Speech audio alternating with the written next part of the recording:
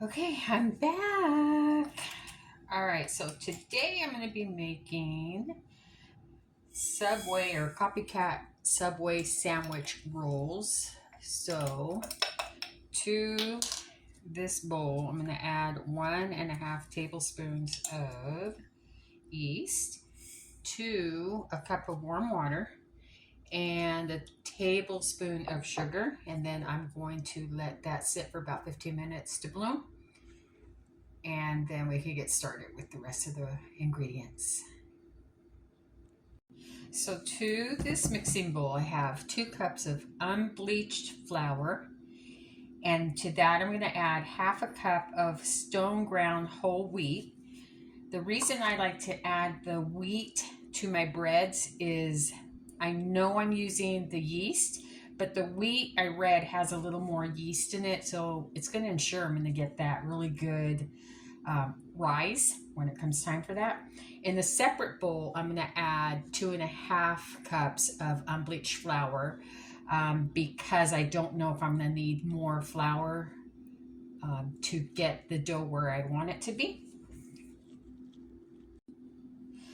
To the flour mix, I went ahead and added about 1.5 teaspoons of salt, and I decided to go with the Italian version of the Subway roll. So I went ahead and added about 1/2 teaspoon of Italian seasoning, about 1/2 teaspoon of basil, because I cannot get enough of basil. And then I sprinkled in maybe 1/4 of a teaspoon of garlic salt. And I'm mixing this up, and we'll have it ready when I need it after the yeast is done blooming. So the recipe calls for 4 tablespoons of olive oil. I do not use seed oil anymore. So what I did was I melted and got to room temp. It's my alarm going off. 4 tablespoons of butter, and I'm going to use that in place of the olive oil. I don't know if you can see that, but that is the yeast all bloomed, and it smells so good. So to this, I'm going to add about 1 cup of the flour that was mixed with the wheat. I'm going to add that, add the oil, and then slowly add the rest of the flour until I get the texture that I like. So I'm going to add 1 cup of the flour, and with a dough hook, I'm going to go ahead and get that mixed in. Then I'm going to add the butter, and then I'll add 1 cup or so of the rest of the, don't mind me, if your pans don't look like that, then you need to learn how to cook. I'm just kidding. All right.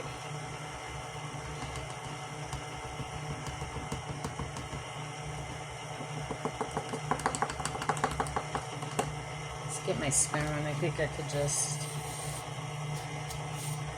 spoon it in.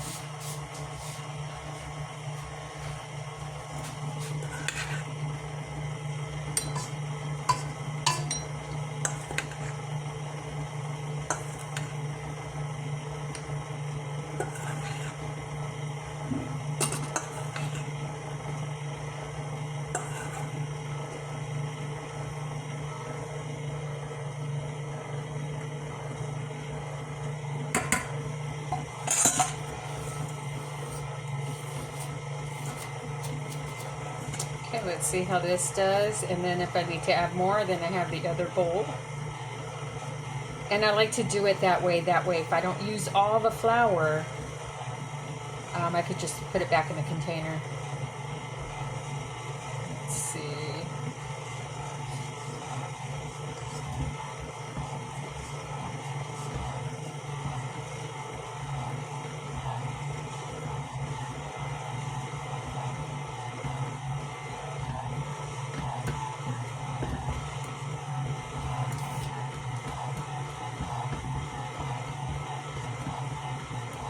And like I said before, I am not a professional. I'm just somebody who likes to make things from scratch. I think I'm going to add a little bit more.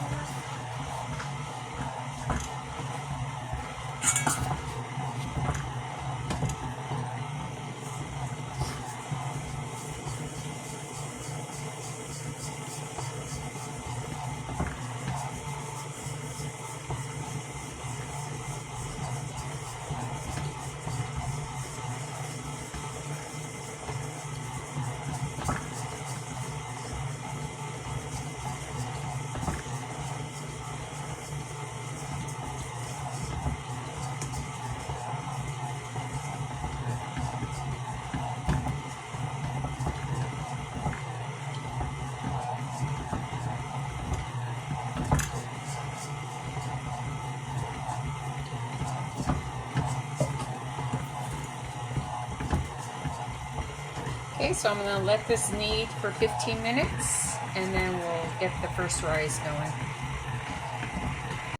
So this is about the consistency that you want the bread dough. It's nice and smooth, it's not sticking too much, it's not too dry, it's just perfect. So the next step will be to let this rise between 30 minutes and an hour. I had a little leftover butter, melted butter, so I went ahead and greased this bowl. I placed the dough in the bowl. I'm going to let it rise about an hour today because it is quite chilly and I do not turn the heater on in my house. So it's kind of cold in here. So I'm going to go ahead and let this rise for about an hour and then we'll move on to the next steps. So after an hour, she has pretty much doubled in size. So I'm going to go ahead, cut these into 4s and then roll them up into little hoagie rolls or Subway rolls and then let them have another rise for an hour. Here they are rolled up into almost 6-inch rolls. I'll let these rise for another hour and then we'll bake. So here they are getting ready for the bake. They'll go into a 350 oven for about 25 minutes. What I like to do is boil some water and then I'll get a real small cake pan and I'll put that on top of a baking sheet on the lowest level in the oven to create some steam so it'll make the bread kind of fluff up.